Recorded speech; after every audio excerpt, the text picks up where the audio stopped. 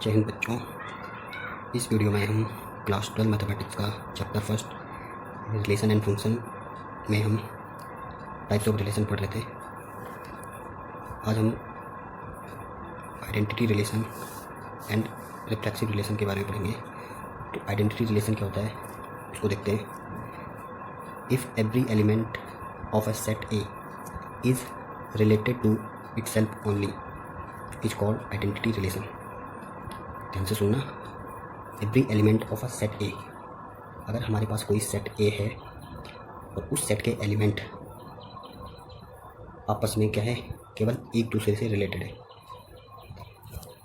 तब हम उस सेट को आइडेंटिटी रिलेशन कहेंगे। यहाँ पे इस शब्द पे ध्यान देना, ओनली। अगर हमारे पास कोई सेट ए है और ए के अंदर जितने भी एलिमेंट है वो एलिमेंट केवल अपने आप से रिलेटेड है, अगर इस प्रकार के रिलेशन को हम आइडेंटिटी रिलेशन कहते हैं। तो इसको एग्जांपल समझते हैं। तो let A is equal to, हमारे पास एक सेट है जिसके अंदर 1, 2, 3 एंड 4 ये एलिमेंट है। अगर हम एक रिलेशन इस तरह से डिफाइन करें कि 1 का रिलेशन 1 के साथ है, 2 का रिलेशन केवल 2 के साथ है, 3 का रिलेशन 3 के साथ है और 4 का रिलेशन 4 के साथ है, तो इस प्रकार का जो रिलेशन होगा उसको हम आइडेंटिटी रिलेशन कहेंगे।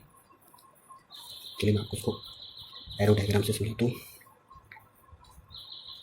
अगर हमारे पास कोई सेट ए है और सेट ए से ए में डिफाइन है और सेट ए के अंदर हम एलिमेंट्स लेते हैं 1, 2, 3, यहाँ पे 1, 2, 3, तो ये जो रिलेशन होगा यहाँ पे इसको हम आइडेंटिटी रिलेशन कहेंगे। अगर सेट ए का एलिमेंट अपने आप से रिलेटेड है, जैसे 1, 1 से रिलेटेड, 2, 2 से रिलेटेड और 3, 3 से रिलेटेड है, तो इस प्रकार के रिलेशन को हम आइडेंटिटी रिलेशन कहते हैं। इसके बाद हम रिफ्लेक्सिव रिलेशन पे ध्यान देंगे।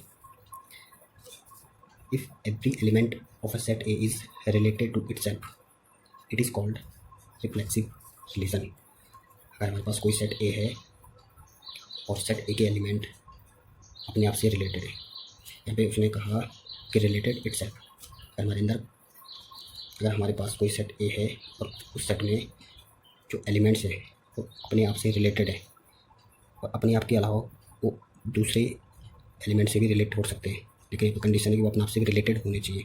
तो इस प्रकार का जो रिलेशन होगा उसको हम रिफ्लेक्सिव रिलेशन कहेंगे। सिम्बॉलिकली हम इसको लिखेंगे, अगर हमारे पास कोई एलिमेंट ए है और अपने आप से रिलेटेड है, तो इस प्रकार के रिलेशन को हम रिफ्लेक्सिव रिलेशन कहेंगे। चलिए इसको एग्जांपल समझते हैं। Let A is equal to 1, 2, 3, हमारे पास एक सेट है जिसमें 3 एलिमेंट है, 1, 2 और 3। एक रिलेशन अगर इस प्रकार से डिफाइंड है कि 1 का 1 के साथ रिलेशन है, 2 का 2 के साथ रिलेशन है और 3 का 3 के साथ रिलेशन है, 1 का 3 के साथ भी रिलेशन है, 2 का 3 के साथ रिलेशन है, तो इज रिफ्लेक्सिव। तो इस प्रकार का रिलेशन रिफ्लेक्सिव होगा। फिर से सुनना इसको ध्यान से। अगर हमारे पास कोई सेट ए है और सेट ए के एलिमेंट्स अपने आप से रिलेटेड होने चाहिए, अपने आप से तो रिलेटेड होने चाहिए, अगर वो दूसरे से रिलेटेड है तब भी हम उस रिलेशन को रिफ्लेक्सिव रिलेशन कहेंगे। लेकिन हमारा जो आइडेंटिटी रिलेशन था उसमें केवल सेट के एलिमेंट अपने आप से रिलेटेड थे, वो दूसरे से रिलेटेड। तो इसमें ध्यान देना, 1, 1 से रिलेटेड था, 2, 2 से रिलेटेड था, 3, 3 से रिलेटेड था, 4, 4 से रिलेटेड था। जबकि रिफ्लेक्सिव में एलिमेंट अपने आप से रिलेटेड तो थे, बाकी वो दूसरे एलिमेंट के साथ भी रिलेटेड थे। तो इस चीज़ को ध्यान देना। यहाँ पे हम एक नोट्स देखते हैं। तो पहले मैं आपको उसको एरो डायग्राम से समझाने की कोशिश करता हूँ।